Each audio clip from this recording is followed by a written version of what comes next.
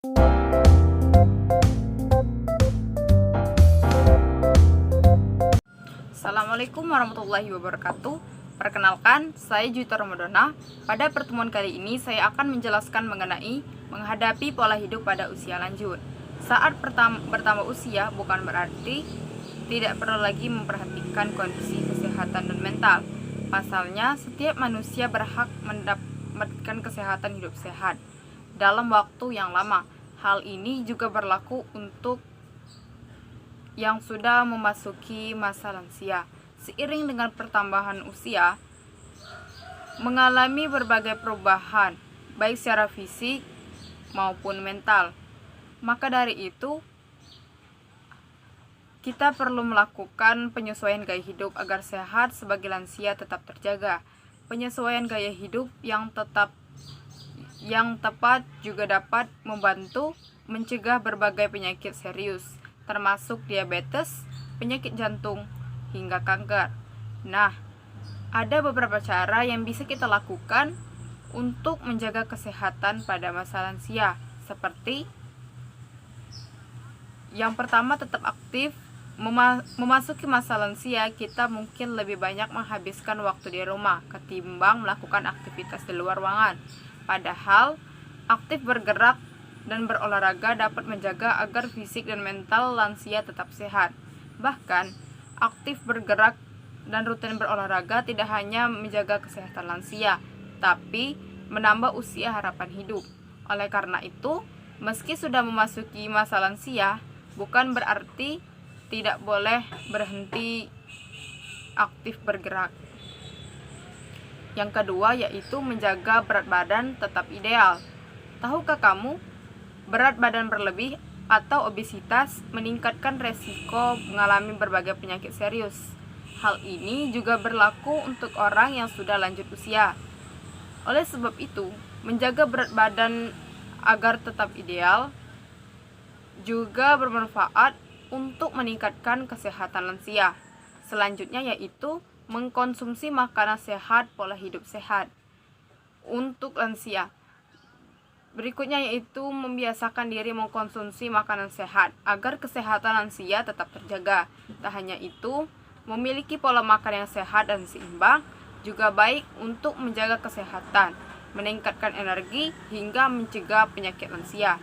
Yang keempat yaitu memperoleh waktu istirahat yang cukup. Cukup banyak orang lansia yang mulai mengalami gangguan tidur seperti insomnia, mengantuk di siang hari, dan sering terbangun tengah malam. Namun, pertambahan usia sebenarnya tidaklah lantas menyebabkan gangguan tidur meningkat. Oleh karena itu, cobalah untuk mencoba melakukan kegiatan hidup yang sehat, bahwa Anda memiliki tidur yang cukup dan berkualitas. Hal ini tentu bertujuan untuk menjaga kesehatan sebagai lansia tetap terjaga. Selanjutnya yaitu menjaga hubungan baik dengan orang lain. Seiring bertambahnya usia, salah satu tantangan rahasia menjaga hubungan baik dengan koneksi dengan orang lain, khususnya teman sebaya. Ada banyak faktor yang mempengaruhi, mulai dari pensiunan dari pekerjaan, menderita penyakit serius, hingga teman sebaya yang satu persatu meninggal dunia. Padahal, menjalin hubungan yang baik dengan orang lain merupakan salah satu cara menjaga kesehatan lansia. Oleh sebab itu, perluas koneksi Anda dengan orang lain. Anda dapat berteman dan bergaul dengan orang yang sebaya atau lebih muda. Baiklah, mungkin itu saja yang dapat saya sampaikan. Saya akhiri dengan wassalamualaikum warahmatullahi wabarakatuh. Perkenalkan, nama saya Dea Syafitri. Di sini saya akan membahas materi tentang kebutuhan dalam rencana kehidupan pada usia lanjut. Lanjut usia sebagai manusia memiliki kebutuhan-kebutuhan sebagaimana umumnya, yaitu kebutuhan makanan, perlindungan, perawatan kesehatan, dan kebutuhan-kebutuhan sosial dalam mengadakan hubungan dengan orang lain. Yang pertama yaitu kebutuhan-kebutuhan utama atau primer usia lanjut. Yang pertama ada kebutuhan biologis atau fisik, yang meliputi kebutuhan makanan yang bergizi, seksual, pakaian, dan perumahan atau tempat berteduh. Yang kedua, kebutuhan ekonomi, yaitu berupa penghasilan yang memadai. Yang ketiga, kebutuhan kesehatan, berupa kesehatan fisik, mental, perawatan, dan keamanan. Yang keempat, kebutuhan psikologis yang meliputi kasih sayang, adanya tanggapan dari orang lain, ketentraman, merasa berguna, memiliki jati diri, serta status yang jelas. Yang kelima, kebutuhan sosial, yaitu berupa peranan-peranan dalam hubungan dengan orang lain, hubungan antar pribadi dalam keluarga, teman-teman sebaya, dan hubungan dengan organisasi-organisasi sosial. Selanjutnya, yang kedua ada kebutuhan-kebutuhan sekunder usia lanjut yang meliputi yang pertama ada kebutuhan dalam melakukan aktivitas, yang kedua kebutuhan dalam pengisian waktu luang dan rekreasi, yang ketiga kebutuhan yang bersifat kebudayaan seperti informasi dan pengetahuan, keindahan, dan lain-lain. Yang keempat, kebutuhan yang bersifat politis, yaitu meliputi status, perlindungan hukum, partisipasi, dan keterlibatan dalam kegiatan-kegiatan kemasyarakatan dan negara atau pemerintah.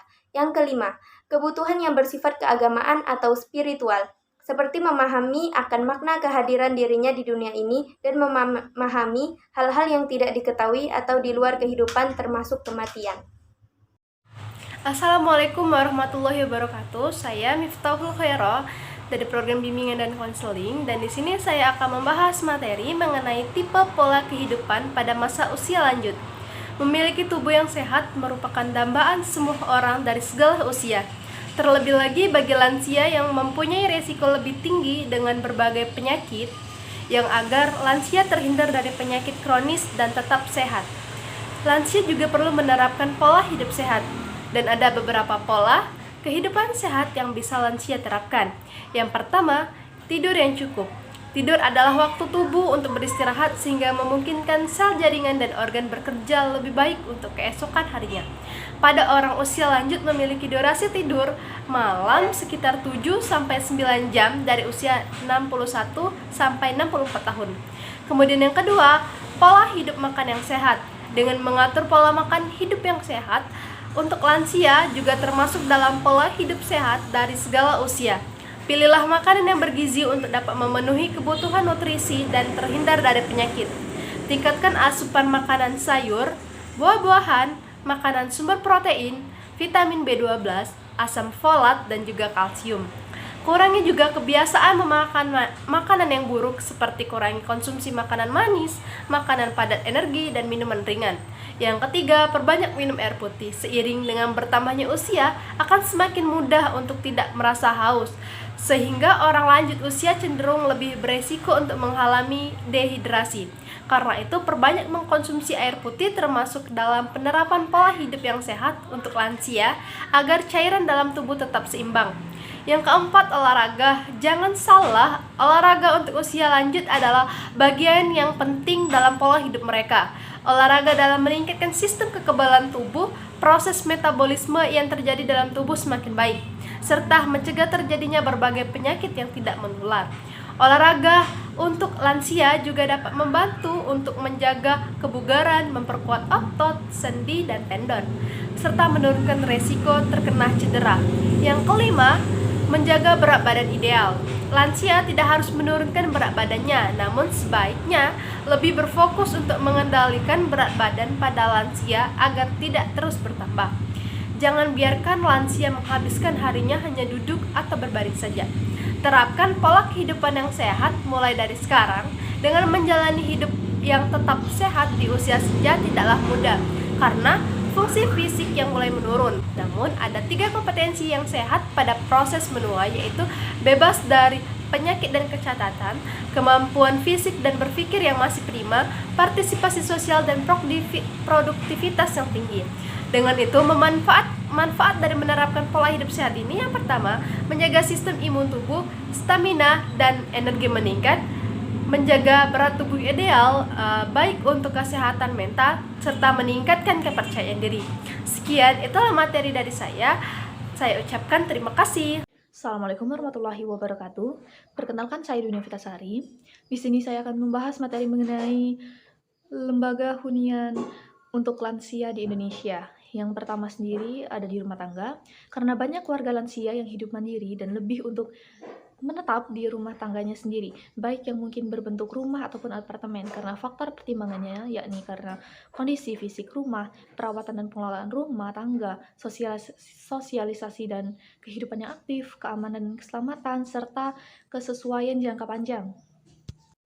Selanjutnya, untuk hunian yang kedua bernama co-housing, biasanya dipakai untuk mendeskripsikan situasi di mana seorang warga senior tinggal serumah bersama teman ataupun relasi lain yang bukan anaknya sendiri. Seringkali, teman atau relasi serumah ini kerap disebut housemate sesama lansia, namun bisa juga orang yang lebih muda. Rancangan gaya hidup ini berbeda dengan seseorang yang tinggal serumah dengan pendamping atau asisten rumah tangga, karena dalam opsi housing, hubungan antara warga adalah teman atau rekan, bukan sebagai majikan atau karyawan. Selanjutnya, untuk ketiga yakni Panti Werda atau yayasan sosial atau pemerintah. Panti Werda ini biasa disebut sebagai panti jompo, yang merupakan sarana hunian bersama bagi warga senior yang dikelola oleh badan pemerintah atau yayasan swasta. Pada saat ini, Panti Werda adalah alternatif hunian lansia bersama yang paling lazim di Indonesia. Tergantung fasilitas dan kamar yang tersedia, seorang warga senior bisa menyewa dari kamar tidur sendiri, sekamar berdua atau lebih, hingga ruangan bangsal dan memakai sarana umum untuk kegiatan sehari-harinya seperti ruang makan, area kegiatan, dan ruang duduk bersama. Hunian keempat sendiri yakni rumah sakit. Tentu semua orang memahami konsep dan fungsi dari rumah sakit sebagai tempat untuk perawatan dan pengobatan jangka tertentu, baik sebagai rawat jalan ataupun rawat inap. Namun rumah sakit juga telah menjadi salah satu alternatif hunian lansia di Indonesia, karena seseorang memerlukan asisten dalam kehidupan sehari-hari. Untuk yang kelima, nursing home, yakni sebagai sarana hunian dengan tingkat layanan yang spesifik. Nursing home akan memiliki ragam staf di bidang keperawatan seperti caregiver dan perawat yang umumnya bekerja di bawah pemantauan dokter. Serta yang terakhir ada senior living. Senior living sendiri mencakup sebuah fasilitas hunian komersil yang berada di dalam bidang perhotelan atau hospitality ataupun properti yang menyajikan opsi hunian berbentuk apartemen atau rumah individu atau landed house yang dirancang secara khusus bagi warga senior. Tergantung konsep yang disusun oleh pengelolanya, unit hunian di senior living ada yang dapat dibeli dan juga bisa disewa. Untuk materi yang selanjutnya yakni mobilitas geografis pada usia lanjut, yakni yang tidak tinggal dalam institusi tertentu untuk mengeluhkan sejumlah keterbatasan dalam mobilitas. Lansia yang tinggal di unit rehabilitasi sosial memilih untuk melakukan mobilitas sendiri tanpa adanya keluarga. Lansia dengan mobilitas mandiri mengatakan bahwa mereka kurang mampu membina hubungan sosial dengan teman sewismanya. Sedangkan lansia yang mengalami ketergantungan ringan dan berat mengatakan bahwa keadaannya mencegah untuk melakukan kegiatan seperti senam, kegiatan keagamaan, ataupun kegiatan sehari-hari yang membutuhkan terapi medis untuk mengatasi masalah yang ada pada dirinya.